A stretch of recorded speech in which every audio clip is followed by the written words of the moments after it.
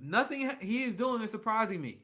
Anyone who's been following my tweets, anyone who's been following my YouTube channel, anyone who's been following my Twitch, you guys saw me predict everything that Biden had done.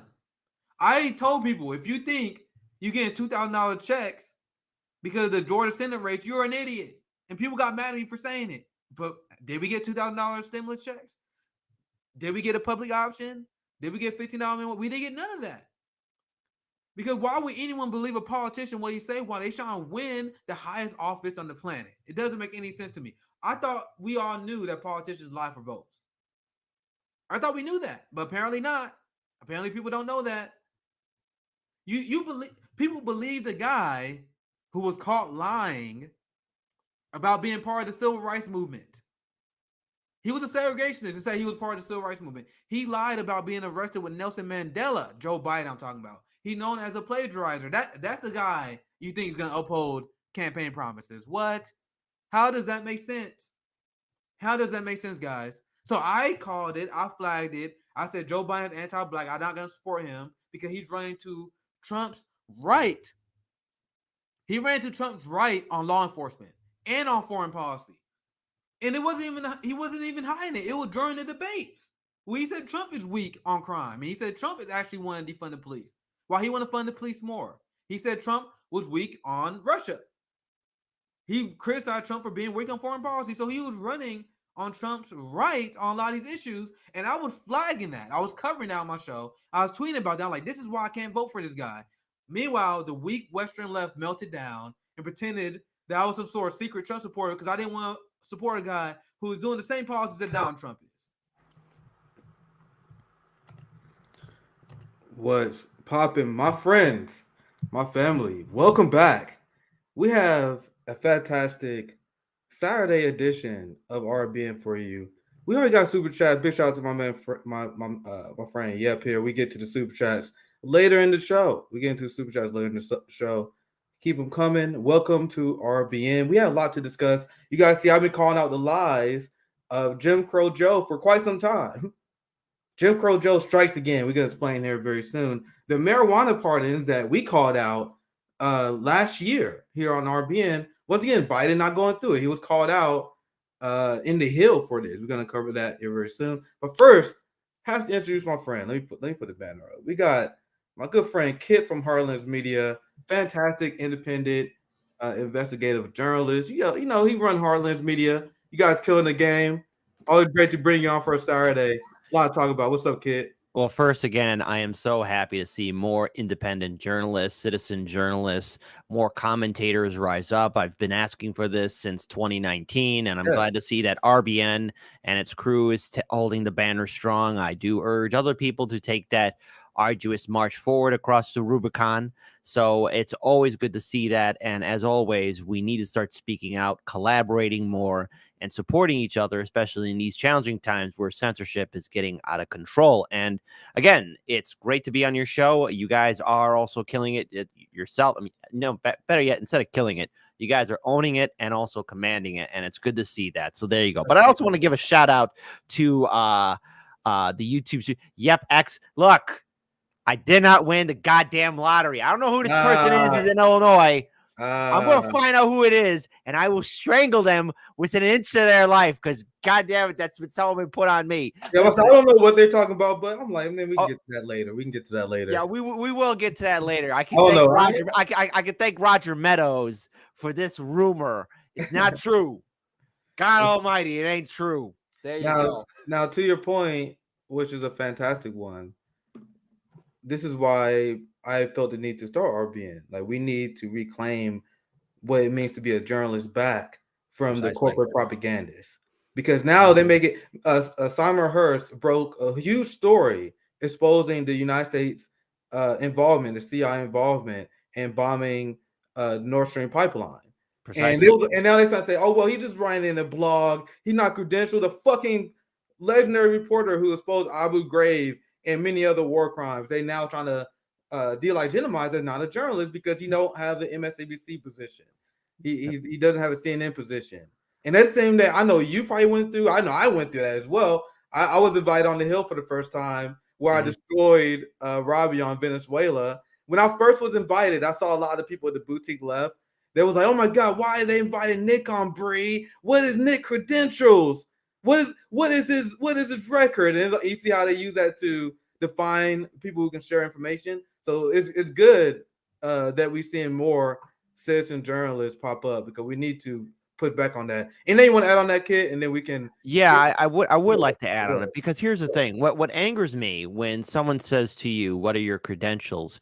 What I want to let everyone know that there is the silent undertone, or dare I say it, the loud booming mic of people being secretly or openly racist by saying, "Oh, here's a black man talking about U.S. imperialism, the hypocrisy of the Democratic Party, and they're upset that you're not falling in line and voting blue and telling everyone that it's all the Republican Party's fault." Look, I get this too. Kid, how come you're so critical of the Democrats? Don't you? What about the Republicans? This, Republicans that. I know what to expect from Republican lawmakers. It's low-hanging fruit. As a matter of fact, it's fruit that's rotten on the ground. I know what to expect from a U.S. Republican senator and a U.S. House representative that's in the Republican Party. They're never going to fight for the issues I care about. Now, once in a while, they might say something I agree with. Great. A broken clock is right twice a day. However, the Democrats put on this fancy mask of neoliberalism. And this is where I say corporate media has done a fantastic job in brainwashing people. And another thing, too, let's talk about credentials, okay? Let's talk about these quote unquote journalists at MSNBC, CNN, CBS, ABC. Garbage. Okay. They, number one, have to fall in line with company policy in order to maintain working at their job. They have to keep on spewing out talking points so these politicians have access. When the story of, and again, I don't want to get your channel flagged, but the scumbag who had an island who was friends with Trump and Bill Clinton, I think we all know who he is. Like I said, I don't want to. They demonetize us all the time. So say whatever you want. It don't matter. No, it doesn't fucking matter. Go ahead. All right. Well, fine. I only asked first out of respect. So scumbag Epstein.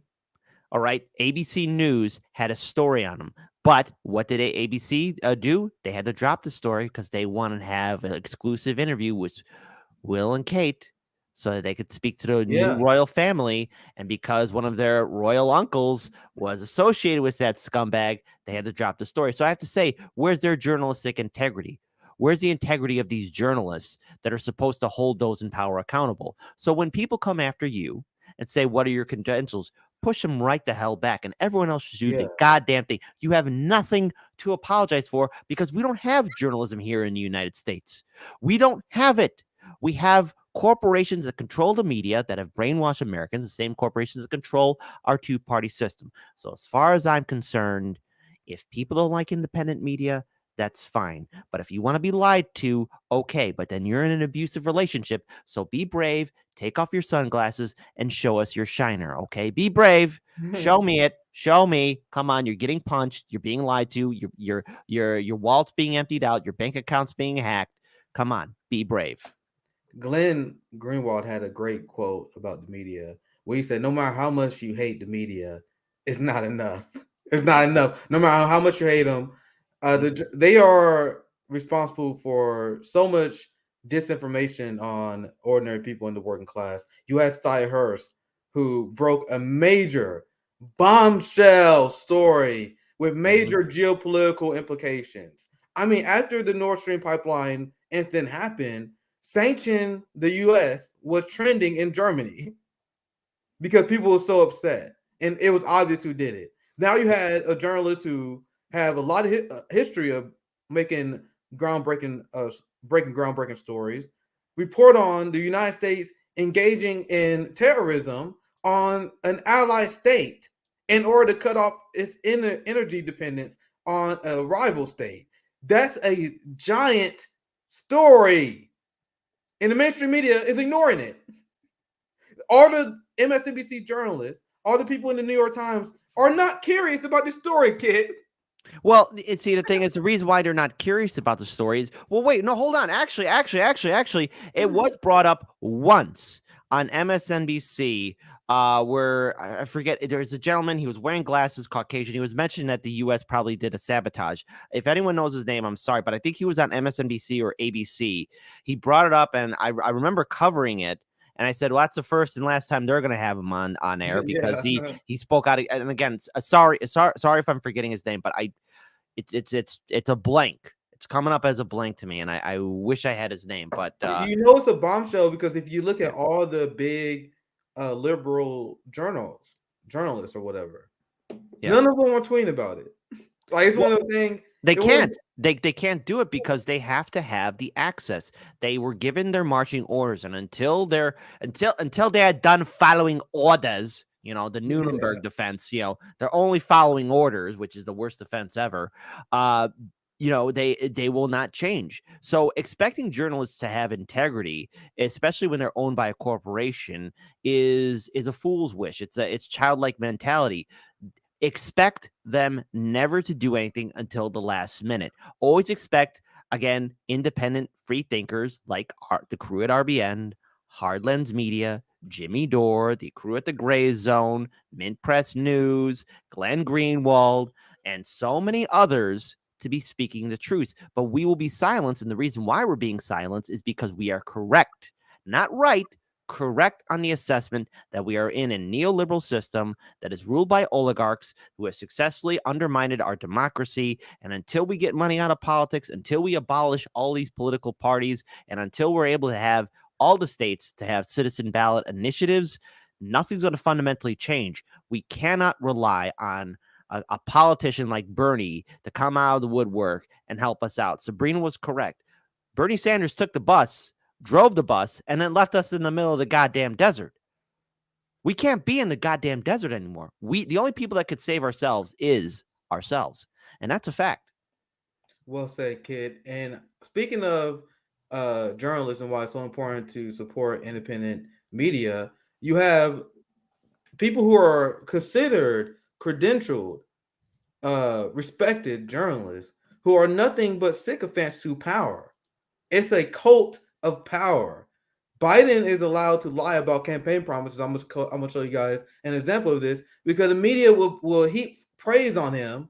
I remember there was a video of Joe Biden walking in, there was press there, and there was a bunch of New York Times liberal journalists there, and it sounded like teenagers at a rock star concert. Like, oh, Joe Biden, hey, Biden, hey, let's have it. It's like, you're supposed to be oppositional to these people. You see how Marianne Williamson was cowering to us? Like, you should have people afraid of you as a journalist. And these people fawn over them. And I'm going to show you this video. I think this is a good transition for this. I'm going to get your reaction to this. Because Zelensky, one of the most corrupt politicians in the world. Right? There we go. And then you have the BBC, the respectable journalist, fawning over this person who they are supposed to be oppositional towards. And you can't believe this is literally beyond parody. I'll let the video play. Next, can I call on BBC Ukraine? For one, how many times can Zelensky sniff during this press conference? Like, if you guys look at this, this guy is obviously on something, which I'm not against. You can do you, but if you are a statesman and you're obviously on shit, and your son is on shit like Joe Biden, you cannot enforce harsh drug laws. Like, can we have that as a rule? Well, here's what I noticed about Zelensky, and that is he has successfully managed to get so many countries to give up their treasury and resources for this ridiculous war that, again, is escalating. He's asking for Abrams tanks. He's asking for the Leopard German tanks, I believe that's what they're called. These German tanks now. He's also now asking for fighter jets. I mean, you would think that we would be calling for a ceasefire, but as this war continues to escalate, I do fear that one day someone's going to see that shiny red button with the atomic symbol on it, and they're going to push it. So we have to be vigilant as always. But again, the reason how we got here in the first place, it has to deal with previous other presidential administrations, not just with Biden, but including Trump's and Barack Obama. I know, everyone's favorite liberal president, because with him, He was able to get rid of habeas corpus under his administration. There was a coup that took place in 2014 in Ukraine, but even there was some stuff even going on before 2014. We went from 2 wars to 7. So the thing is, we're supposed to stand as opposition against these politicians. But I think really the media really began showing its true colors and favoritism with the beginning of the Obama presidency, because here was Obama, the exact counter opposite to Bush. He was eloquent. He could speak well. He was able to charm many Americans, and the anti-war movement and activist movement went to sleep because he was going to tell you that hope and change were going to be here. And let me be clear, folks. You got to trust the system. The best weapon the establishment could ever ask for. Look forward, not backwards. I mean, honestly, like all those Republican Tea Party people should have gotten on their knees and been like blowing Obama because he gave them everything he wanted. I mean, I'm proud. We saw them be so adversarial towards Obama, but I'm willing to bet, like in the back room, they pull him and say, "Hey, Obama, I'm just only following orders. I really like what you're doing. Please don't get upset. I don't mean it. Just sort of like WWE, like, oh, dude, I didn't mean to punch you that hard in the wrestling match. Are you okay?" Well, why do you think Lindsey Graham and like people like John McCain are openly friends with Joe Biden and people like Pelosi and them? They are openly friends. Yeah, they're all friends with each other. Like, it's so funny. They probably laugh behind the scenes because like their daughters, their cousins are friends with each other. It's all one giant social circle. I have a video saved, which is hilarious. Damn, I gotta find it. I literally got buried. I might dig it up for a segment here soon because it showed the connection in the ruling class where it's an old video where it was the public gathering and they was like, you probably don't know this. It's probably a surprise to you, but Nancy Pelosi's daughter is actually friends with George Bush's cousin or something like that. So they was at this public event with each other, and then they had to explain it, and then they cut away the speaker. They're like, I know it's weird to see like Nancy Pelosi and George Bush together, but they actually have a family that's friends to show that we all united at the end, and they're trying to spin it as like a good like story, whatever. But it showed really how it's like one big club and you're not really in it. Big shout out to the homie, our big brother, JB Font. He does great. Does great work. I also I don't mean to interrupt you, but there's something else that caught my attention because we should play that video. But Yebex writes, you got called racist for not supporting Obama when Hillary Clinton was the nominee, and I was telling people, hey, there's a good chance that Trump could beat her. I was called sexist, misogynist, racist, and when I said I was voting third party, I remember a few months later, a friend of mine sent me this article about the supposed rise of the Ku Klux Klan in America, and they wrote this to me. This is what you are supporting. This is what you care about. And I'm like, first of all, how dare you? I am not in support of the goddamn KKK. And second of all, I'm voting for Dr. Jill Stein, who's also a woman. Green Party. The liberals lose their damn mind, and wait till it get closer to 2024. It's going to be unbearable. Actually, no. I'm looking forward to it. I really am because honestly, if Trump wins the nomination in the GOP and the Republican primary, because I'm noticing he's weaker than he normally should be. I don't think we're going to get 2016 Trump again, even though I want to see that. I'm wondering if we will see those protests in Chicago again, where people rally around the Daily Center and then march to Trump Tower. Honestly, if they do that, I will be doing a field report there. And I will try my very best to be professional, but I will not hold a guarantee to it. I'm probably might be an insufferable prick to where even people be like, Jesus, kid, you don't have to call these people names, but I mean, I don't know. It's like, because when you see activists get herded into a sheep pen, honestly, even Malcolm X wouldn't let that happen. Dr. King wouldn't let that happen. It's irresponsible to let it happen. It's irresponsible. They do it all. They did it all the time from 2016 to 2020. All the activists in Chicago rally around one part of Chicago, then march to Trump Tower, which is across the river. Honestly, Google Map Trump Tower. They were across the river, not in front of the building. They were across the river by Trump Tower, but they were sheep herded into a pen by the police, just so they could do their little speech and protest. I mean, you got people like Rome, who's the dauntless few who actually get things done. Majority of those activists here in Chicago, mediocre at best. This is a big shout out to the homie, big friend of the show, Black in the Empire. Thank you for $2. RBN and Harlan's Media. You know, I got to pull out the powerful collaborations for Saturday. You know, it's been a while since we had Kid on here. Always fun, nice, relaxing, chill, rant friendly stream. That is. Big shout out to my friend Landrew. Everyone show Landrew some love in the chat. Jeffrey Sachs. I love him for his truth. That's the And guy. I don't know his politics. Absolutely. Like the Ukraine thing is so crazy. Anyone who's willing to get that right, I'm willing to form a coalition with to fight the madness that is going on. Period. Yeah. Period. That's my position. I want to show you guys this on today. You talking about liberals smearing you as racist, and trust me, 2024 gonna get crazy. This is the kind of shit I got in late of 2020.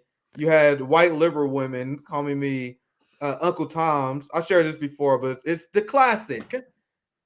She responded to me. She said, "I'm a white woman, and yes, I'm gonna call your black ass Uncle fucking Tom if you vote for anybody but Biden Harris. Trying to rub shoulders with the same people who would have owned your ass for $1.75 years ago is not a good look. You're racist against your own people, traitors. Because I wanted to vote for Angela Walker, a black female." It's reverse racism. That's what it is. He's a reverse racist. You reverse racist. I can't believe it. Breaking news. Nick is a reverse racist.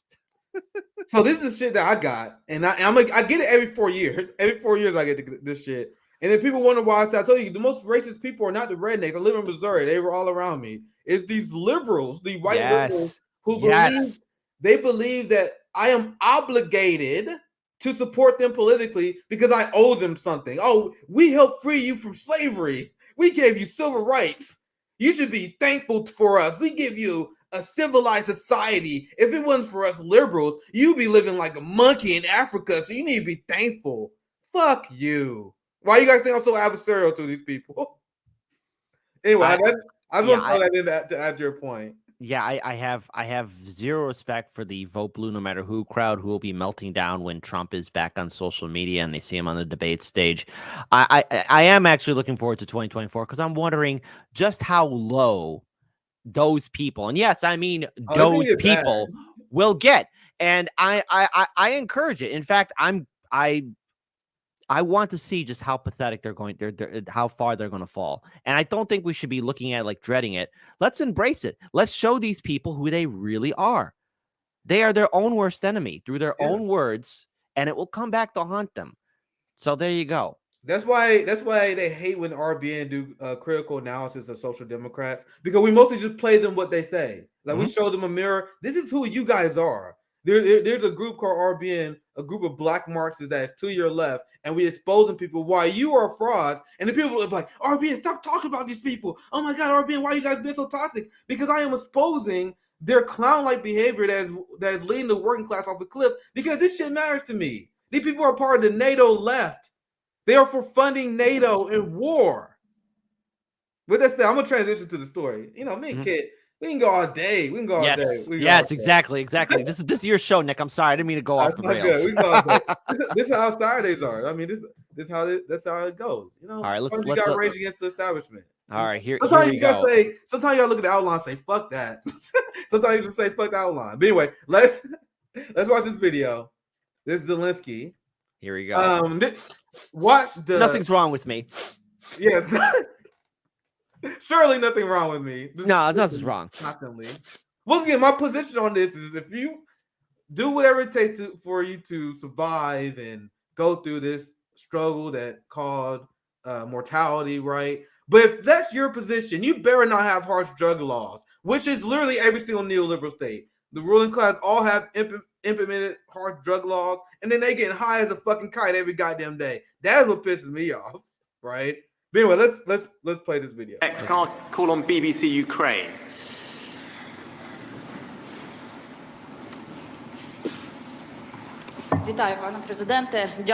Greetings, Mr. President. I would really like to hug you, but I'm not allowed. Why not? Please, do give me a hug, you know.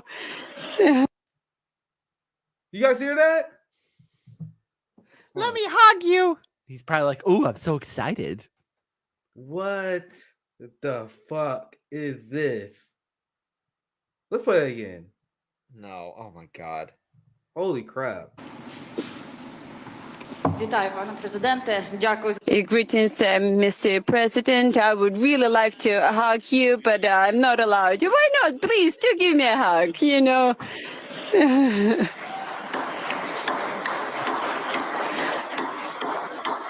They are cheering this gross display of corruption.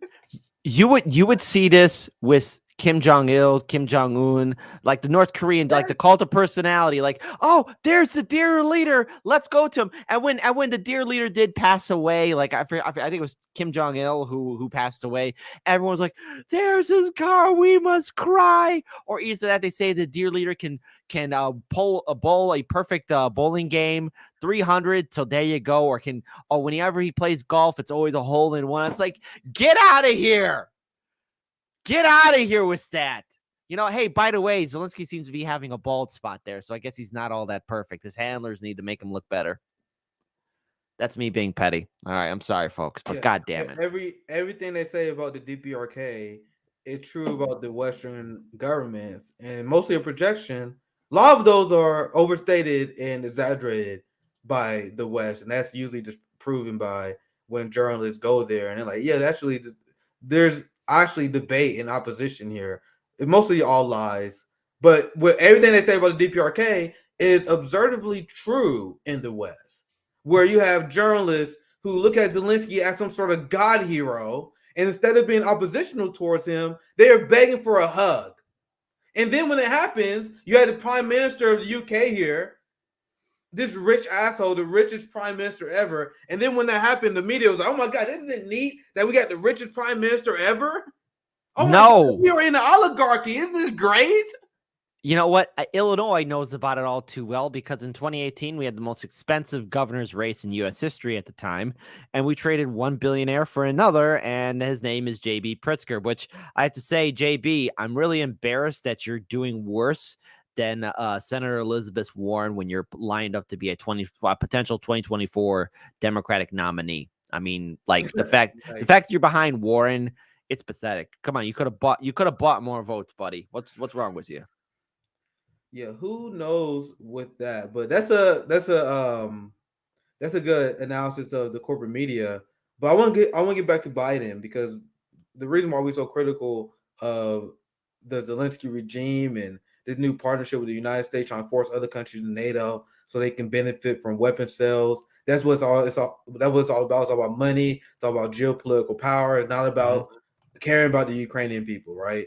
You have this as well. You have Biden that is preparing to ask for the largest military budget in history again. And he's doing it again. He broke the record last year, and he wasn't satisfied, Kit. Okay, so again, vote blue no matter who crowd. Everyone was crapping their pants with Trump in the White House, saying he's going to lead us to World War III. The world will be destroyed by nukes. We're all going to die.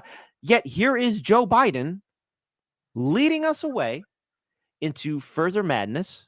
And they legitimately don't give a fuck. And it's not only they don't care. It's just all these policies that people were afraid about with Trump, Biden and Harris, I'm going to say that again, Joe Biden and Kamala Harris, the president and vice president, are still continuing on Trump's foreign and domestic policies. The kids are still in their goddamn cages.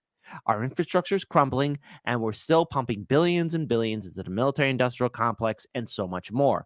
So in other words, folks, whoever is in the White House, nothing will change. So vote blue no matter who. Yet obviously you don't care about integrity. You don't care about values, because once again, we're going into war. And the only reason why we're going into war is because of a lie that the Clinton campaign and corporate media promoted, and that is Russiagate, because they're making Russia into the enemy, the end-all be-all scapegoat. Now, Putin, he has his problems too. But the thing is, we're all in this war because the media and the Democratic Party triggered, again, small-brained individuals into hating another country, all the while, again, because again, while we're spending this money, it's in many ways people are visioning themselves as, this is how I'm going to get revenge on Russia for supposedly hacking into our elections. But when all the evidence has come out, Russia didn't do it. Hillary Clinton just ran a piss poor campaign. That's how Clinton lost, not because of some foreign power. And before anyone starts crying or moaning in the live stream chat or typing in the comment section who's part of the Vote Blue No Matter Who crowd, know this. Because of your inability to see the bigger picture, we live in the United States where we've legalized bribery. Anybody can buy a politician. Anybody can rig an election. If they got the money, they can do it. It's already been for sale. Russia doesn't have to lift a finger to undermine our democracy.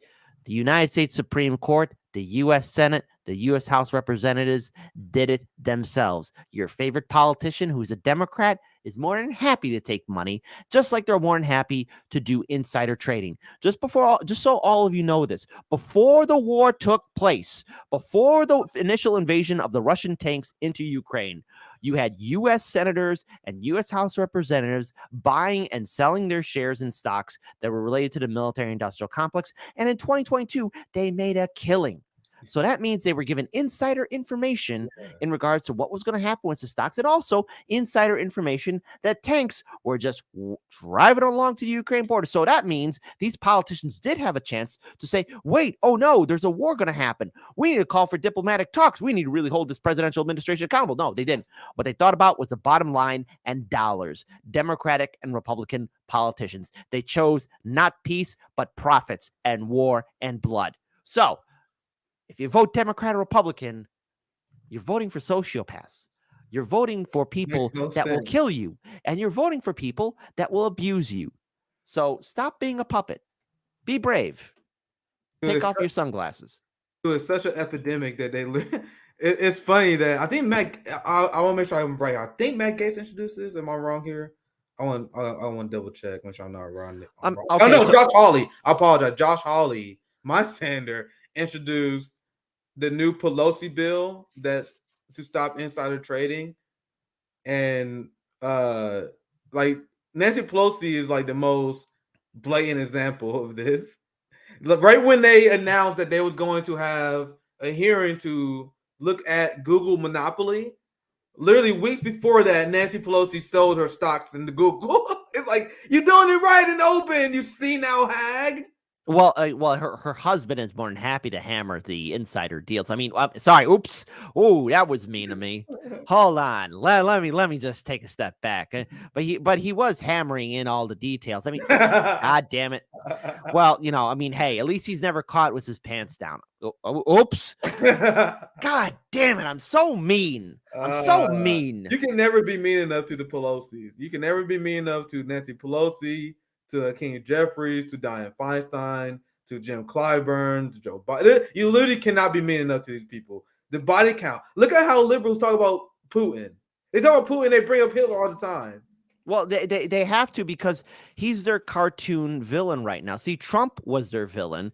And, I if there's a better way to word this, then correct me, Nick. But, you see a lot of these vote blue no matter who liberals who are saying, oh, Trump's Hitler 2.0. Now Putin's Hitler 2.0. I remember when Bush Jr. was Hitler 2.0, but then he got rehabilitated by Dancing with Ellen DeGeneres, and then everyone loves him. Everyone, in a few years, pretend to be shocked when you see now Ellen doesn't have her TV show, but there's going to be another Ellen-like show down the road. Be prepared to be shocked when Trump's doing that dance too, and everyone's saying, "Hey, Trump wasn't so bad; he was actually okay." And because there's going to be another bad guy, and the thing is, they're looking for a villain. And I need to bring up Hitler. I know this is going to be twisted. This is going to be clipped. It's going to be taken out of context. But let's look at Adolf Hitler and who he was. Trump was not him. Putin's not him either. But because the way history presents him, he is that end-all be-all bad guy. He's been turned into a Saturday morning cartoon villain. And people want to face off against, I guess, the challenge or big bad guy at the time. When you have to realize that the reason why somebody like Adolf came into power was because of events that took place decades before. Just like how when we look at somebody like Trump, we got Trump because of 8 years of Obama. Putin came into existence because of the collapse of the Soviet Union. These are three different individuals all together, but yet liberals want to look for a bad guy to fight, a challenge in which they can win, to which when they do, they could say, we stopped them and we were on the right side. And all those that were against us, well, they were just blind and racist and bigoted and foolish, but we are correct, because they can never deal with the fact that maybe the people that they're supporting are the bad guys, like the Pelosi's, like the Kennedys, like the Obamas, like the Clintons, because they can't see past the fact that if everyone really knew what Bill Clinton and Barack Obama, both of their presidential administrations, did to us, people would be screaming bloody murder. And that's from Jimmy Dore's video trailer on his channel. If people knew the policies that Bill Clinton and Obama implemented on us, people would be upset. And they did it insidious. That's why, to my point, when liberals say, "Oh my God, Putin is like Hitler," when they try to pretend he's the worst thing ever, even with the Ukraine war, his body count pales in comparison to Bill Clinton, to Joe Biden. When you look at what the deaths that Bill Clinton is responsible for with the Iraq sanctions. Yep. And the decades that followed. And the thing is, I think I'm going to say her name wrong, but please, apologies. Filoi writes, how is Adolf worse than the colonizers that murdered millions of Africans? And there's that one European king, King Leopold II, I believe. They keep doing this thing where they're like, we're not like Hitler. We're going to say all our enemies like Hitler because we're not like Hitler. And the difference between me and a liberal is they see that Hitler was a force that was defeated by the West. The Nazism was adopted by neoliberalism, by the West. NATO literally took over and hired Nazis. The leader of the WEF, the World Economic Forum, you can trace his lineage back to Nazis. And now they are funding and propping up a neo-Nazi battalion and organization to fight the Russians again. Like we're seeing history repeat itself. So the liberals see Hitler as someone who was defeated. They see him as the ultimate evil boss. While I just see him as someone who was just another torchbearer of imperialism, of capitalism, and neoliberalism. And now the new torchbearer is Joe Biden, because what did Hitler and them do? They funded genocide. They supported genocide. That is what Joe Biden, our government, is doing. They found another way to do it. They got sanctioned on Afghanistan that is starving millions of people. 13,000 infants a year ago was dead. Way more now under Joe Biden. But people separate him and other war criminals like Hitler and Pol Pot. Like, why? Why? Look at the raw amount of death count. Look at the raw death count. Look at the raw amount of pain and suffering. Look at the amount of people they lock up. Look at the ideology that they spread. Look at Abu Ghraib. Look at Guantanamo Bay. It's endless, the crimes of the West, and people still separate them from Hitler. So my position is there was the genocide of the indigenous people in the 1800s. There was slavery of our people, the transatlantic slave trade, and then Hitler, who learned from the genocide of the indigenous people. They don't tell you that. The Nazis literally took inspiration from the West on that. So then they just took the torch and ran with it. Then when the Nazis lost, NATO took the torch and ran with it. That's how I view it. That's how I view it, period. But I want to bring on the fact that people brought up King Leopold II. Yeah, he murdered about 15 million people in Congo. And then of course you have to remember too that the United States, when Adolf was coming into power, there were a lot of American industrialists that really liked him.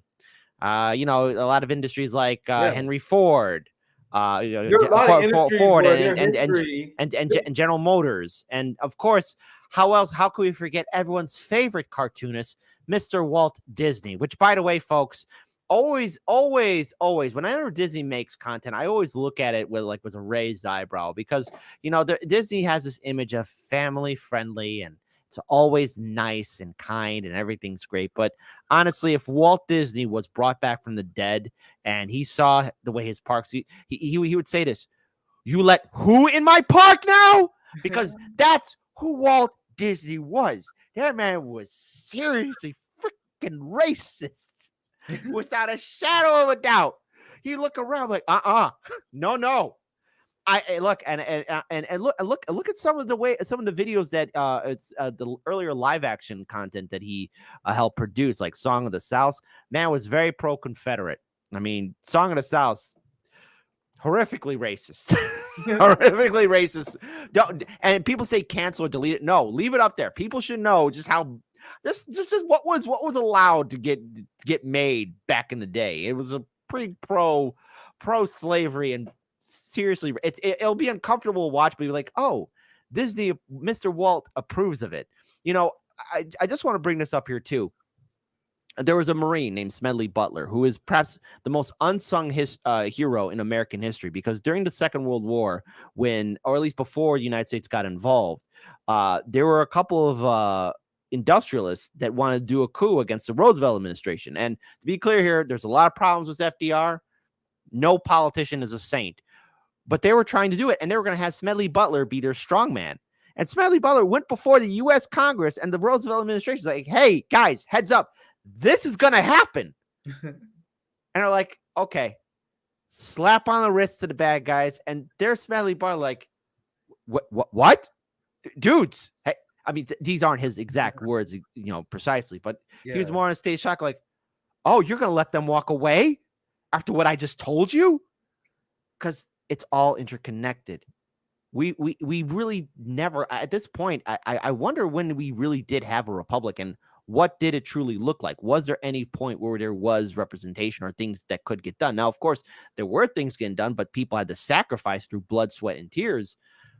But now, with what we are living under now, this is a true oligarchy to where nothing is being done at all. These politicians say they want to make our lives better. I mean, the State of the Union, Biden's lying and saying, well, hey, Americans are doing great. His economic advisor said 2/3 of American households are doing just fine. What? Who is saying what? 2/3 of households are doing fine. Just gaslighting the shit out of people.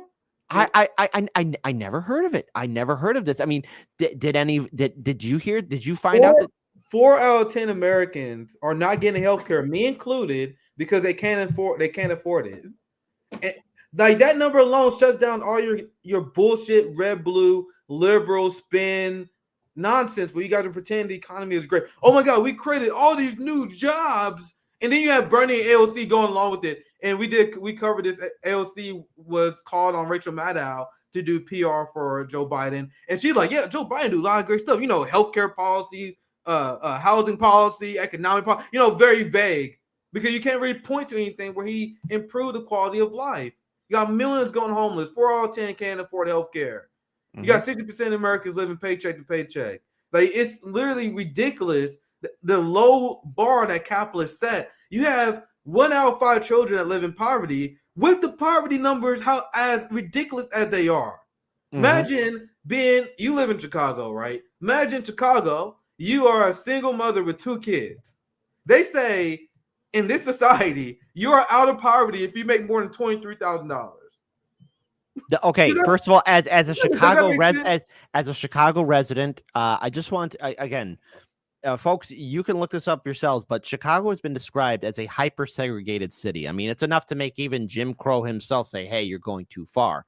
And that the problem is Chicago has always been like this, especially on the south and west side areas that are severely impoverished, that are dealing with environmental racism. The schools are still being shut down. And yet we have this freaking, sorry, you just triggered me, buddy. You triggered me with you had this goddamn Beetlejuice-looking leprechaun clown of a woman who's running our city to the ground. And I know everyone's burnt out by electoral politics, but I gotta say, I'm willing to vote for anyone but her.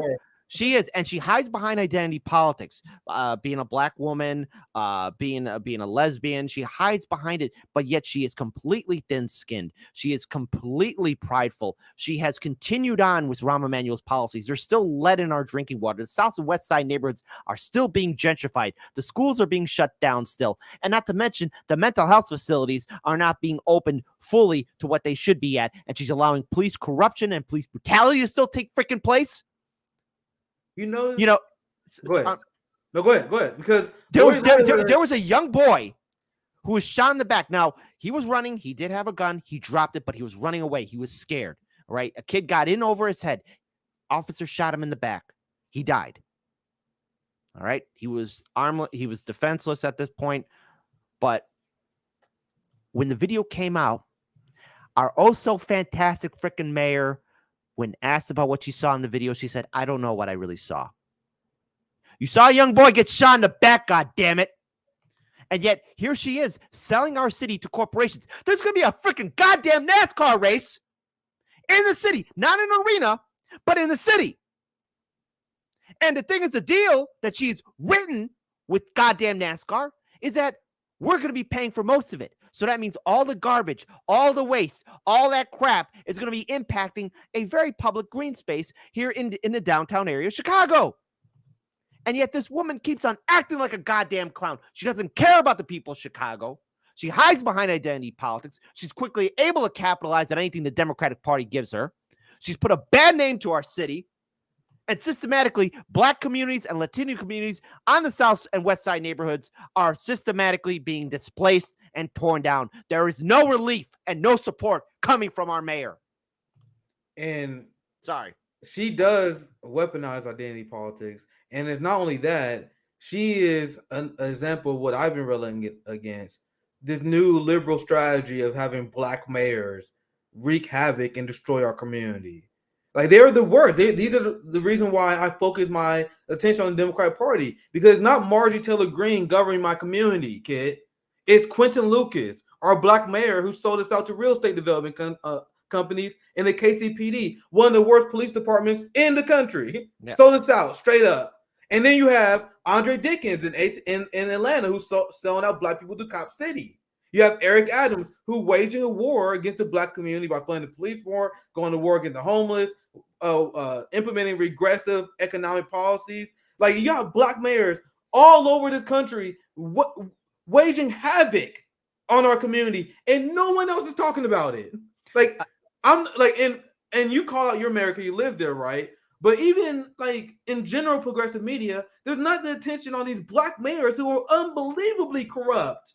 Mm-hmm. Why you guys think the state of Black America is as bad as it is? And you still have Black boomers to this day that still push representation. Fuck representation. The number one thing I care about is policy, because the liberals hijacked the idea of representation and said, let's get a Negro that will sell you out harder and more aggressive than a white liberal capitalist ever could. And the problem with Lightfoot in particular is that she has really portrayed herself as someone who knows better than the people. And if she is reelected, it is my fear that this city will be in its death throes, and we could end up like Detroit. And the thing is, Mayor Lightfoot, we weren't happy to do it. Now, look, hey, I'm all for entertainment. I'm gonna say this. I don't mean to like rain on your parade. Like, Lori Lightfoot is bad, but like, even if someone managed to beat her, knowing how corrupt, and rigged, like, they're gonna find someone as bad. Yeah, they will. But it's just, see, Lightfoot is someone who's quickly to push all the buttons because she's not. So obviously, whoever's the replacement, yes, you're correct. Everyone's correct. The replacement will be just as bad. But I've seen Lightfoot and how she deals with things. She is not emotionally incompetent. And hold on, no, worse. Like, I hear you, brother. And the thing was with Rahm Emanuel. Oh God, I gotta say something nice about him. Jesus Christ. I'm sorry. I gotta say something nice. Just at least, look, I knew he was a scumbag and he was a piece of crap, but he didn't push things as far. He knew what his limits were. But with Lightfoot, in order for people to like her more, because I think she reminds me of what was the name of the character from The Office? Steve? No, not Steve. The boss character from The Office. Michael Scott. She reminds me of Michael Scott, that she has to get all the love and all the compassion. So that means she's willing to give millions of dollars to the Chicago Police Department, millions of dollars to corporations, but she does it like at a higher level that none of her predecessors would have done, to where it's because she never does follow through. She's always quick to sell out so that she gets at least some corporate love. She does it tenfold, and that's why I say she's got to go. Now, her replacement, probably more calmer, and they'll do it more gradually. Lightfoot, she's just able to light up a gasoline station and just say, "Oh, look, I'm making progress." It's not. So well that's said. yeah. So you had time for one more segment. I'm gonna do one more segment here because I want to cover the Lula story. I'm gonna share this. This story here of U.S. Defense Secretary Christopher Miller called for a drastic cut to U.S. military spending, and this is in response to Biden now proposing the largest military budget ever. And my question is where is the progressive NATO left critique of that? Nowhere to be found. No, the only critique you can find of this now comes from people like Matt Gaetz.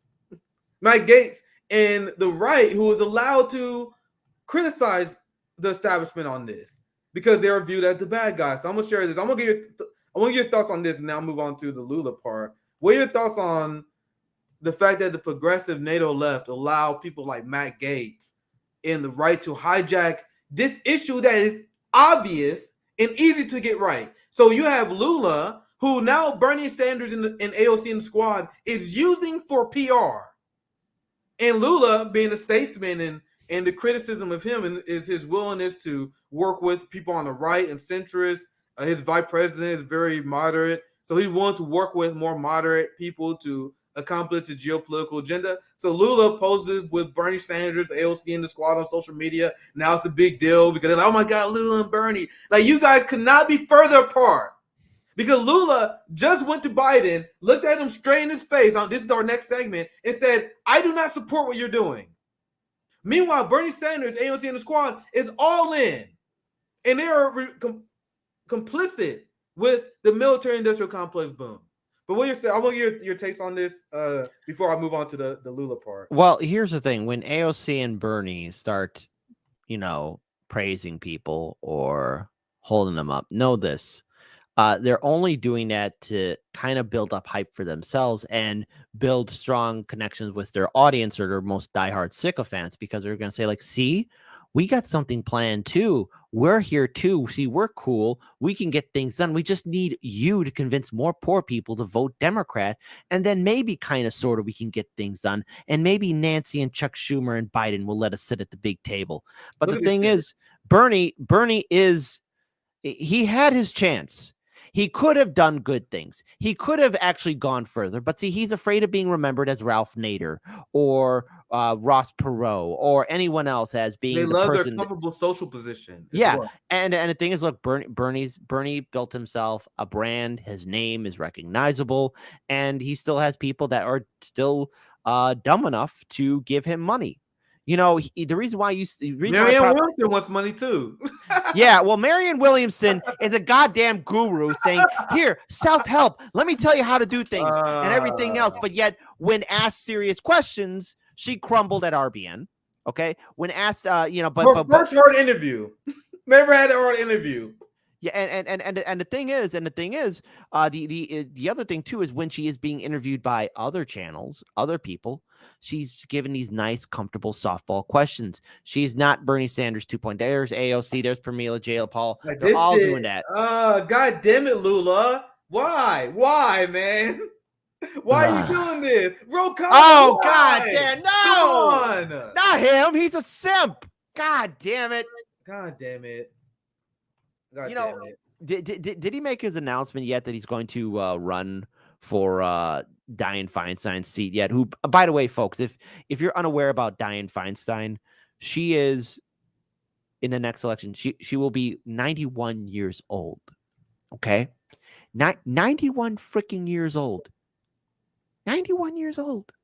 That's how old she's going to be. And there's AOC, the greatest actress ever, where she did that little gospel like, don't tell me this is going to happen. And don't you tell me when my life is going to be threatened. And now we lost these committee seats, but I'm going to tell you something as I keep on talking with this gospel choir. I used to sing in a gospel choir too back in the day. And let me just tell you, she does not know how to do it at all properly. So there you go.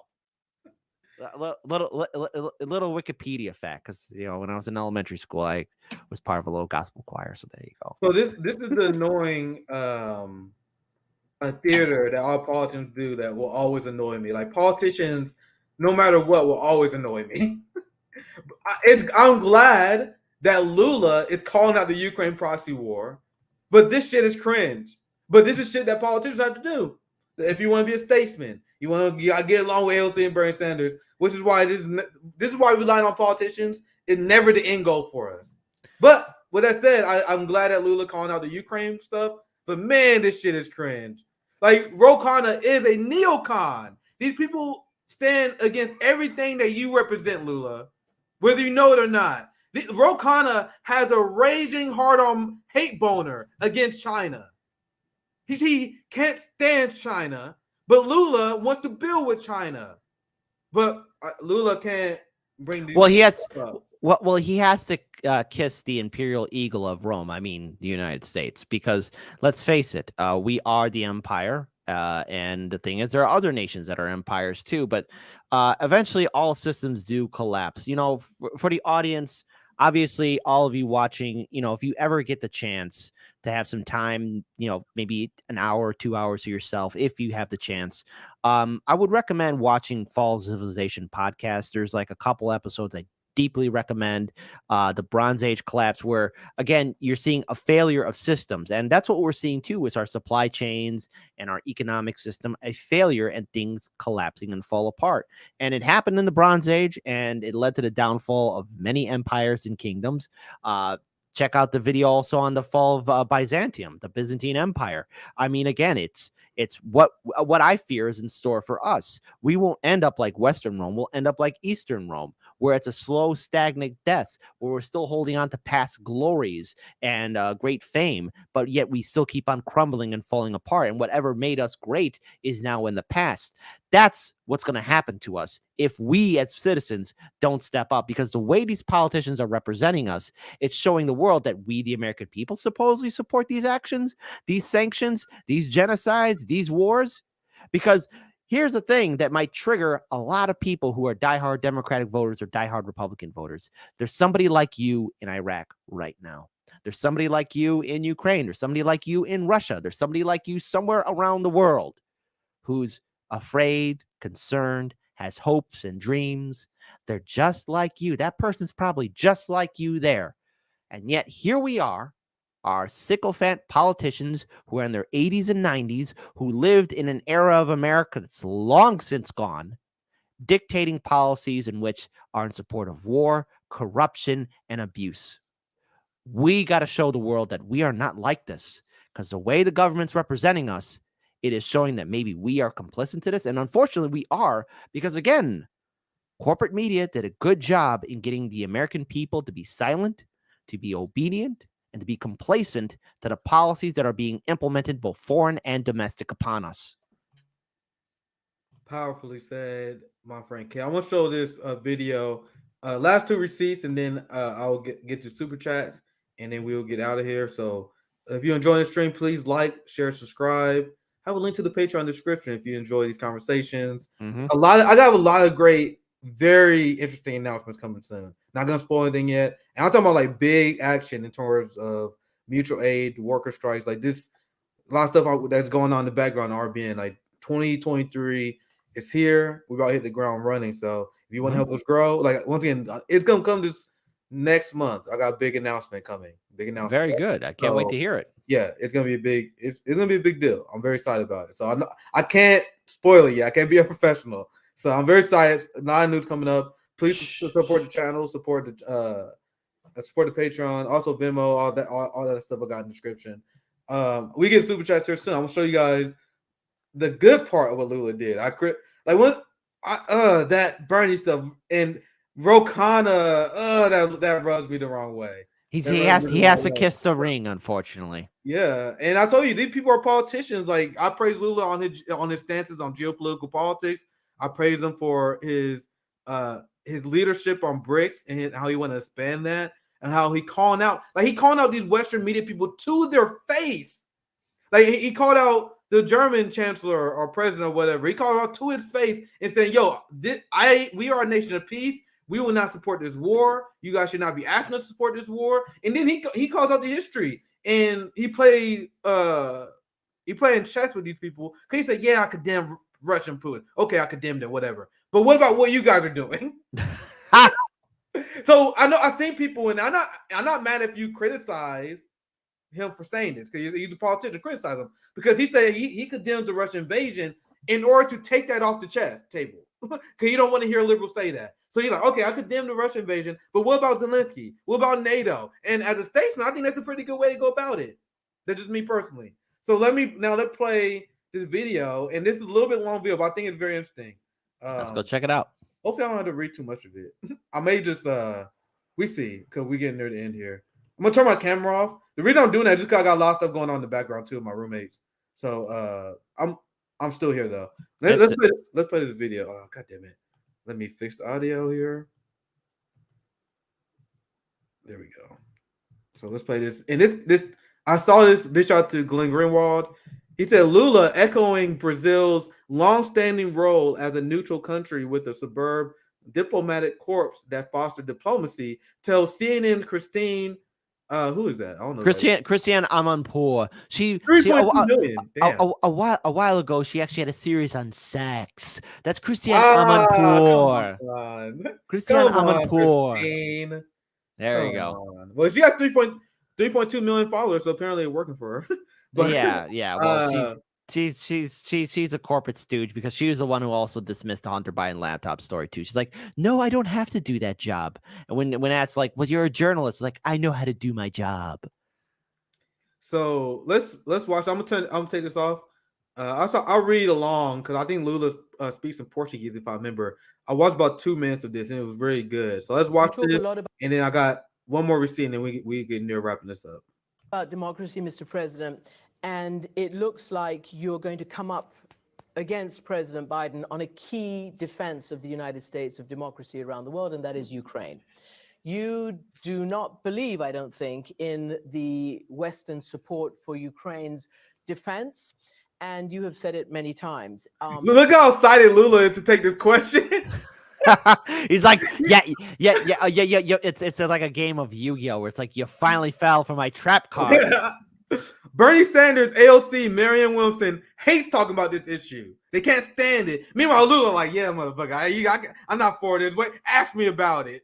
All right, look at it again. Oh, there you go. 1, 2, 3. Let's play it. Ukraine. You do not believe, I don't think, in the Western support for Ukraine's defense, and you have said it many times. Why not? Why not? Some people have asked, in fact, an article, why is Lula so committed to democracy at home and not? Why is Lula not committed to funding endless war? Why are you guys not supporting escalating nuclear war? And this is the criticism of the media. This is why you should hate the media more. You pause at a perfect time too, just to see you're like, and I can't believe you're against it. And you have Biden, Mike Pompeo, Lloyd Austin, people who are unhinged on this issue. And you have CNN anchors and MSNBC anchors like Ali Vecchi and this person who all the time, like, why are you not doing more? Why are you not doing more? Why are you not sending more weapons? And they were like flabbergasted when they ever asked these questions. Like, do you know how much fucking weapons I sent to Ukraine? And you still asking me for more? That's why when they run across Lula, her mind is blown. Like, what are you? This is unacceptable in the United States. So let's watch this again. Let's let it play a little bit longer here. Why not? I mean, some people have asked, in fact, an article, why is Lula so committed to democracy at home and not abroad? Well, I am highly committed with democracy in any part of the planet Earth. What I believe is that in the case of Ukraine and Russia, it is necessary to have someone talking about peace.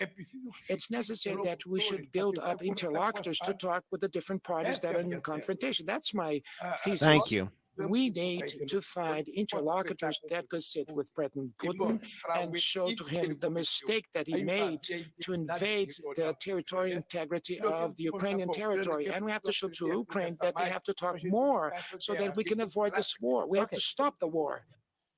We have to stop the war. Why, Kit, and I want you to chime in if you have anything you want to say. Why can't we get Bernie Sanders, AOC, or anyone to say this in the United States? Well, because again, look at what happened to so many people that stepped out of a line or called out the neoliberal system. So first, I want to bring up Ross Perot for a second. In that infamous debate where with George Bush, Bill Clinton, he called out what NAFTA was going to do. He made that infamous vacuum cleaner noise, and everybody ridiculed him. Turns out, no, he actually called it what NAFTA was going to do to jobs here in America. It was going to vacuum us all out. No one's laughing at him now, but see, the thing is, again, he was made fun of and turned into ridicule. Ralph Nader, forever vilified for, again, the supposed ascension of George Bush Jr. Bernie Sanders runs this explosive campaign in 2016, and yet the media did everything they could to discredit him, his supporters, his delegates, his volunteers, anyone that was going to be speaking out against the system. Because, again, Bernie, whether he knew it or not, hit a spark with people and waking up the fact there's something wrong with our system. And because of it, the media system, the two-party system immediately reacted to where they will forever bring him down. It was the lesson that he learned, and that is step out of line and you will never know peace. If you want to be brave, we will end you. And that's the thing. They don't mean it. AOC, she only did one little sit-in protest with Mama Bear Nancy, and I'm willing to bet old hagbag Nancy pulled AOC aside, made her cry. AOC didn't choose to cry. AOC wasn't made to cry. She chose to cry. Like when Nancy was wagging her finger at her for the Iron Dome, we see AOC crying. Yeah. Okay, Nancy didn't make her cry. AOC chose to cry and show her weakness, show her vulnerability, show her inability to actually follow through. It's all nothing but grandstanding. They like to say a good game, like an abusive partner, saying, I promise I won't hit you. I promise I won't steal from you. I promise I won't cheat on you ever again. But again, they always lie. So the thing is, we're not going to get that until we as citizens, individuals, start stepping up through citizen ballot initiatives, not voting Democrat or Republican, and building organizations and movements that will not be co-opted by the Democratic Party or Republican Party. That's how we get people like this, because when more people step up, then things will change. For a while, I know we want to play the rest of the video, but remember, before RBN came to existence, Hardlens Media was around before you guys came around. And the thing is, like, the independent media voices were silent, and there were no Black voices in the entire spectrum. I mean, they were on TYT occasionally here and there, but there wasn't a independent media that was run by Black journalists, right? So we need people to step up. So AOC and Bernie can't do that. But you want to know who can? It's all of you watching in your own way. All of you watching. Don't ask these politicians to do something for you. You're going to have to make that arduous step forward across the Rubicon and do the right thing. To be brave, to fight back. That's what you have to do. Well, so why won't Bernie Sanders, like, imagine what would happen? Because he's a cuck. Bernie's a cuck. That's simple. He's just not going to do it. Imagine if Bernie Sanders had to debate Lula on this, or if he was in this position that Biden was, where Lula is like, "Hey, Bernie, what the fuck you doing, bro? Hey, Bernie, what the fuck? Like, what is their argument? They run away from talking about this. Like, if Matt Gaetz, and I swear to God, I really hope he does this. If he confronts AOC like in public, if he confronts Bernie Sanders in public, what would they say? Would they say, "Oh, you bought by a Putin puppet, bought by Russia"? What is their response to this? And the fact that they run for this shows that they know they are wrong. The fact that NATO left run for this conversation shows that they know they're wrong. Everyone knows my position on this. Yet none of the NATO left ever invites me on to talk about this. Everyone know my position though. They saw what happened to Robbie when they're like, we're gonna challenge this commie motherfucker on Venezuela. They saw what happened there, and now they're like, fuck that, never do that shit again. I'm waiting for the day for the Hill to bring on Rome or CJ, and that's gonna be beautiful. Just let me know so I can pull up my popcorn and just watch, because I have to see it. I'm waiting for that day for something the Hill to kind of like, hey, let's get Rome on, let's get CJ on, let's see that happen. It'll be beautiful. It'll be great. Let's continue the clip. We're not gonna, this only it's 4.5 minutes, so we just watch a little bit more because I think you guys get it. This is Lula pushing back on the Ukraine war, and I'm gonna play one more back and forth here, and you can see the CNN anchor get visibly angry as Glenn Greenwald points out. So let's play a little bit more, and then I'll move on to the next part. We're not gonna watch the whole thing here.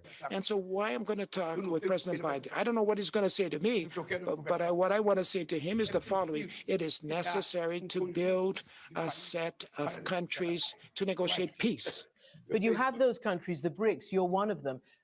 Russia, China, India, none of them seems to want to talk about peace. They're just basically talking about Russia, helping Russia.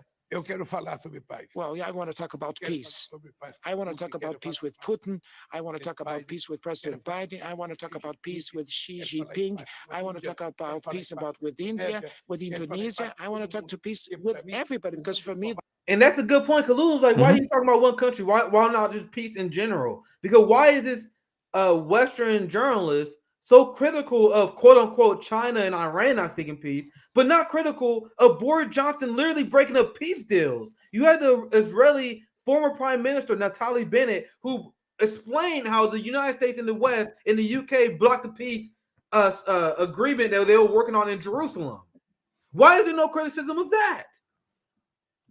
Well, let's play rest. Let's actually play rest. I'll play a little bit more, and I'll pass it back to you. I'll pass it to you. Develop itself if we have peace, if we have tranquility. That's nice, but do you believe that a country which is a sovereign, independent, democratic country like your own, like Ukraine, has the right to self-defense?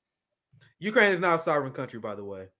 That's the U.S., NATO, Azov Battalion ran. And folks should look into the politicians that have invested heavily in the natural gas pipelines that are in Ukraine. You'd be surprised to see who they are, both Democrat and Republican. I mean, just really, people should just look it up. It's out there. And not to mention, how could we all forget when The Guardian and so many other media outlets in 2019 were saying, Ukraine's got a Nazi problem, that there's a Nazi problem in Ukraine. How convenient that they forgot that happened. I mean, unless maybe I'm getting dementia already at the age of, I'm going to be 38 in the next couple of weeks. So there you go. Jeez, I'm getting old and senile now, folks. Yeah, I'm 32, more powerful than ever. Let's continue the video. Of course it has the right to defend. I'll go back just a little bit for just more context.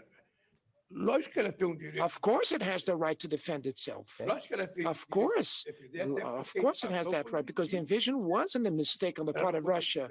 Ukraine has the right to defend itself, but if it can't defend itself without draining the resources of the other country and demanding a military-industrial complex, boom, I don't know, maybe negotiate for peace. Instead of siding with the most extreme fascist element in your government, I don't know, maybe if the West and the United States wasn't pouring billions of weapons in Ukraine, Zelensky be more willing to negotiate. Very basic concept, you would think, right?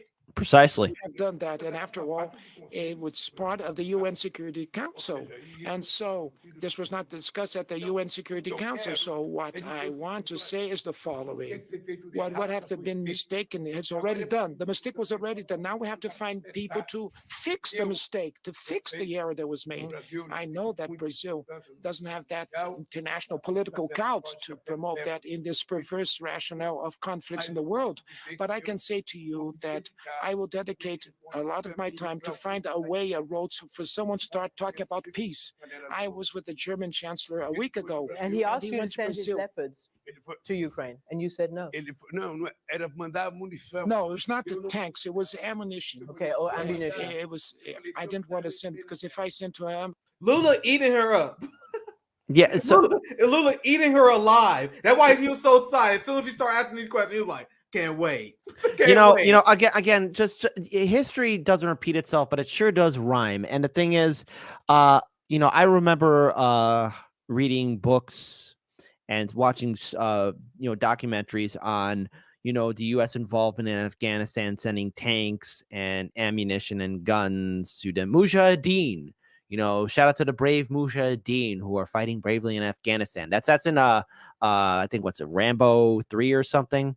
There's an end quote there. This movie's dedicated to the British Mujahideen fighters over there. So the thing is, we're sending all these weapons there, but there's no accountability. All these weapons that we're sending to Ukraine, it's the same thing happening all over again. There's no accountability for every rifle, bullet, and now what, tanks that are going there? I mean, is there anyone keeping track of all these weapons? They're not even gonna be there until literally at best end of the summer, and only a few hundred tanks after Russia blew up thousands of these tanks. So it's like it's not gonna make a difference in this war. They just want to fund the military industrial complex more. But sorry, go ahead, kid. Well, look, here's the thing. RBN has been doing a fantastic job ripping this apart and calling out the neoliberal system, because here's the thing. All these weapons are being not cataloged, and they're going to get the hands of some very dangerous individuals. And the thing is, this is a way for the United States, the military industrial complex, to test weapons, to see how effective they are in the battle. They're using this as a live fire simulation, so they can see how these things are going to react in a war zone that they think they have under control. But it's all what it's going to lead to is further problems down the road.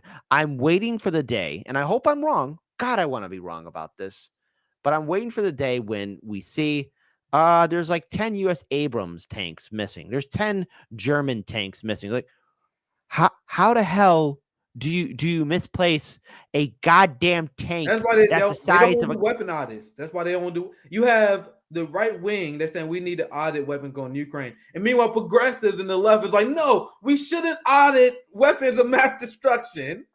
That's where we at. The day I'm actually agreeing with Marjorie Taylor Greene, especially with that, it's like, Jesus, wow, things really got out of hand, where even I have to say, like, yeah, Marjorie Taylor Greene, you're a crazy lady, but I agree with you on this.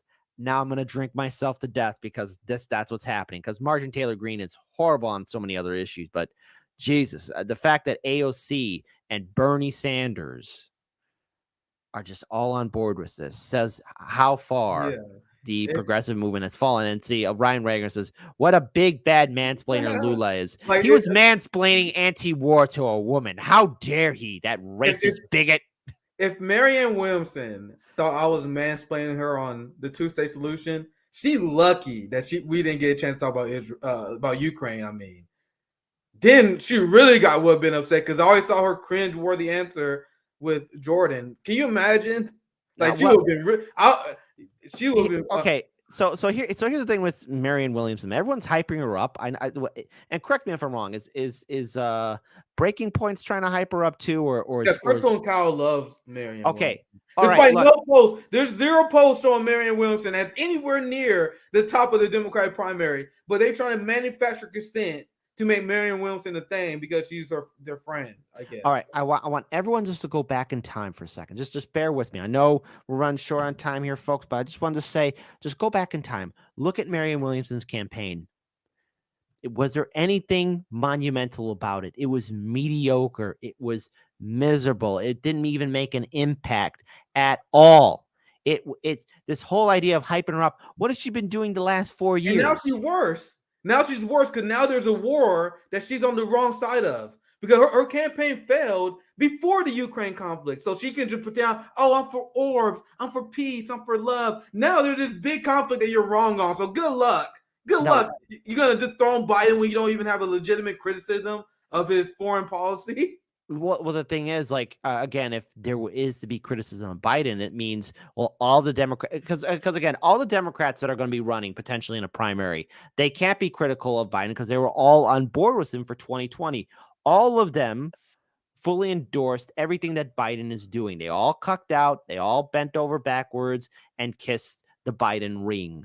So now they can't, because then if they do that, that means not only that, all of them in 2020 made a mistake. See, the thing is, Biden, he's clearly showing signs of dementia and Alzheimer's. And if the Democrats do run with him, I'm very curious to see how they're going to be controlling the media so they don't catch him when he's acting senile or old. He's going to be, what, 86 very soon, I believe. He's around that age. Oh, hold on. How old is Joe Biden? Because I don't want to be called out that I got his age wrong, but How old is Joe Biden? He's 80. So he's a crip keeper, so it doesn't matter. I want to share this last receipt, and then we gotta wrap up here. Oh soon. Jesus, he's 80 years old. Oh my God. Yeah, 80 years old. He's gonna run again. He definitely gonna run again because the State of the Union was the beta test. Now they're all like, yeah, now we're gonna get behind Biden. Yeah, Bernie apologizing for him. So yeah, like people got this fantasy, this deeply unserious fantasy that the Democratic Party gonna allow for the first time ever a president to be primaried by a progressive, someone who don't have policy that they hate.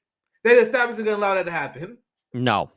So a sitting president is gonna be primaried, and the Democratic Party is gonna allow that. Okay, They can't. Okay. Oh wait. Better yet, they will have it, but it'll be manufactured to where all the candidates will be like, oh well, you know what? Biden's doing better. He's doing great, and they're all bowing down. They all endorse him. So it'll be a manufactured primary. That's what I see happening. There's going to be a primary. They want you to waste the working class resources. And when I asked Marianne about that, she said, "Well, if you feel that way, if you care about the resources of the working class, don't vote for me." So I'm like, "Yeah, I got all the sound bites I wanted." And people are like, "What do you mean by that, Nick? What do you mean you got the sound bites you want?" Now, like, I want people to leave the two-party duopoly, and she told us to do that. That is what I meant by that. I said what I meant. But I really gotta get to this last part. Let me get to this last receipt because this is on the Lula story. I want to make sure I can fit this all here. This is Lula doing something that the cowardly NATO left, apparently Marianne Williamson, would never do. Never do. Marianne Williamson running in the primary against Joe Biden, but you don't got a criticism of his foreign policy. It's literally a joke. You running for a commander-in-chief with no criticism of his biggest foreign policy endeavor. But Lula does. And not like he's talking shit on social media. Not talking shit on the internet, boy. He went right in Joe Biden's face. Last night, President Biden failed to convince Lula to abandon Brazil's non-aligned policy on the war in Ukraine. Lula said nobody wants this war to continue. Partners should build a negotiating team that both sides should trust. I don't want to join the war. I want to end it. And Kit, remember when the progressives head faked that peace letter and then they backed away because of social media pressure? And then they blamed it on the help. They blamed it on a staffer saying, "Oh yeah, that staffer leaked it out." No. Let everyone know the Congressional Progressive Caucus has no heart or backbone or soul. They were quick to be like, "Oh yeah, no, it wasn't one of us. It was one of our dumb staffers. It was Billy. It was Mary, and they decided to put that letter out. We didn't really mean it, guys. Please don't be mean to us." Because again, corporate media is quick to vilify the progressive movement. So if you're a Democrat running in the Progressive Party, if you're a Democrat that's going to be holding the progressive banner, well, then guess what? You're going to be neutered. You're going to be cucked. You're going to be told to bend over and take it. And that's what's going to happen to you. You're not going to be authentic. If you are in the Democratic Party, you cannot reform it. It's like having a bear eat you and thinking that you could change it on the inside when all what that bear is going to do is crap you right out. So I don't want to hear from people saying, "Oh, you got to vote Democrat because Trump and fascism and freedom, and you got to protect." What about black people and the LGBTQ and migrants? And be like, what? Nothing has changed. Roe v. Wade died under the Biden-Harris administration. If that happened under Trump, everyone would be foaming at the mouth. You know, you had a dumb actor, Rob Reiner, the day that Biden got elected. You know what that dumbass tweeted out? "Hang on, kids. We're going to get you out of your cages." Did you get in your truck, Robbie? And get those kids out of those cages? No, you probably didn't. Hell, do you see AOC putting... Here, hold on. Hold on. Do you see AOC's macro and the micro sad face for the kids? Does she protest there? No. She doesn't do that. They don't do it. And you want to know why? Here's the real truth. Anyone that rose to prominence during the Trump administration, they didn't believe a goddamn word that they said. From AOC, Justice Democrats, Brand New Congress, Our Revolution, TYT, Breaking Points, all these people, a lot of these activists that associate themselves with Hollywood or the Democratic Party, you know, people are saying, "We're going to resist Trump, resistance. They don't believe in it. Hell, in fact, all those people including AOC, should be kissing Trump's rear end, because without him, none of those people would have a job or be relevant in our social media landscape. That's the Bernie industrial complex that we broke down. There's a legitimate Bernie industrial complex where everyone knows that there was a lot of money to be made on the Bernie campaign, a lot of money to be made to siphon people in the Democratic Party machine. That's why Crystal and Kyle's are on board. That's why the Vanguard, they like, we a new upcoming channel. Our channel died after the Aaron Mate interview, so we got to jump on the Crystal, Saiger, and Bernie Sanders industrial complex. It's obvious what everyone's doing. And that is what this is about. That's what people who believe in this nonsense of the Bernie Sanders movement is about. This is a great comment by my co-host, CJ. So Marianne is going to run, and AOC and Bernie can't support her. How's that going to work? So you're going to have AOC and Bernie said he will only run if Biden doesn't run.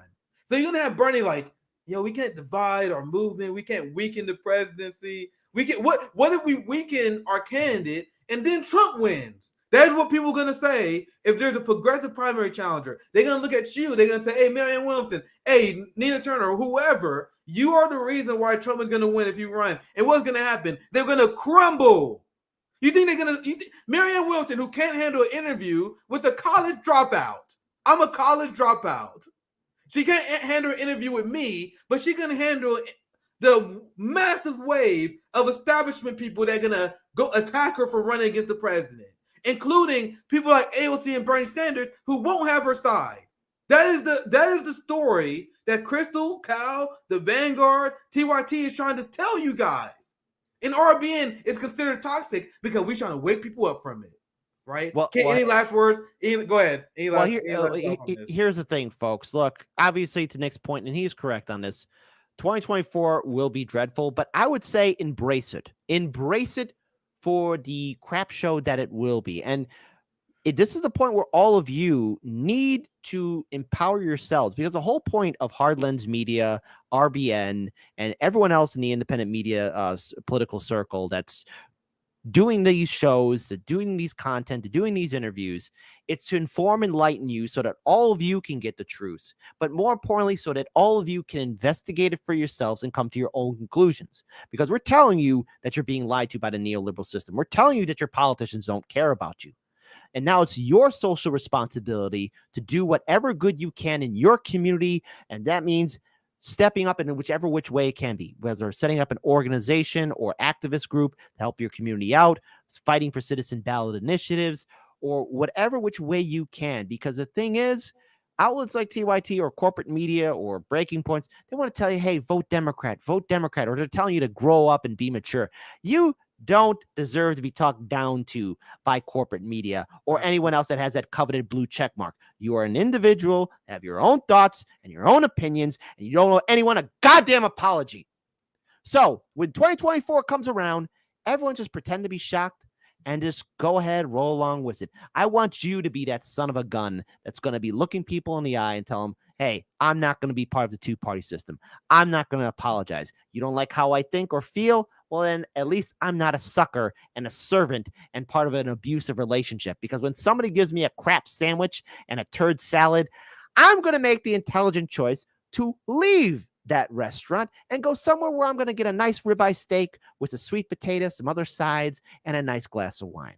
Because at the end of the day, I care what's happening in my community, and I care about breaking away from the corruption that's crippling our republic. So, folks, keep on pushing forward. Never back down. You don't owe anyone a goddamn apology. And RBN, you do have the credentials. All of you, your whole team does. You don't owe anyone an apology, and keep slapping it in the goddamn mouth, because I'm going to be laughing at it, because the thing is, people don't, at least the establishment, they don't know how to react to it, because they have been lying to themselves for years. There. Yeah, as long as we are credentialed and we have credibility among the workers, the proletariat, and the people in our neighborhood, that all that matters. We're not access journalists like the Vanguard, Crystal Cow, and the other clowns. We don't want to be their friends. I want to have conversations with Lee Camp, which I did yesterday. This was an amazing conversation with my friend Kit from Harlan's Media. Yeah. Make sure you check them out. Really, just a few super chats I didn't get to show earlier. This is 199 from Andres Torres. You should watch Eminpour interview with Maduro. Have not seen it. Maybe I should check it out. I think for the 49ers, Steve, George H.W. Bush was involved in the JFK assassination. It was a coup. Wouldn't surprise me. Like the thing is, if that was revealed to be true, I'd be like, Well, wait, it doesn't surprise me at all. The information of JFK assassination did come out, and what did the public do? Like people just dismissed it. Yeah. Oh, I like this one. I like this one right here. Yeah, I was about to ask you, what do you know about Jamal Green? This is okay. Jamal Green ran not once but twice. This is the second time running now for Chicago mayor. He is for public banks. He is has a very good progressive record. Of all of them, I really like his policies, and we have interviewed him in 2019 and in 2020. And we have another YouTube channel called Chicago Corner, which is only dedicated to Chicago politics. And we've interviewed him on that show, Jesus, like numerous times already. He's been one of the few mayoral candidates to really get back to us in regards to our questions and policies, and he's been very consistent. And he has been a thorn in the side for Mayor Lori Lightfoot. And you know, I don't mean to ramble, but just give me a few minutes on this one. With Lightfoot, she one time said that there's not enough representation in the media with Black reporters and journalists and women. And so there was a press conference where Jamal Green actually brought in some citizen journalists, a Black man, a Black woman, who were asking her policy questions that made her uncomfortable. And she just quickly dismissed them and had them escorted out of the area. So I like Jamal Green. He's given Lightfoot a headache, and anyone that does that is a friend of mine. So there you go. I appreciate it. I haven't decided who I'm going to vote for yet, but Jamal Green has been very consistent with the policies. Yeah, I appreciate the additional context. This is a great comment by Sean Brook. CJ, you guys call it the Bernie Industrial Complex for a reason.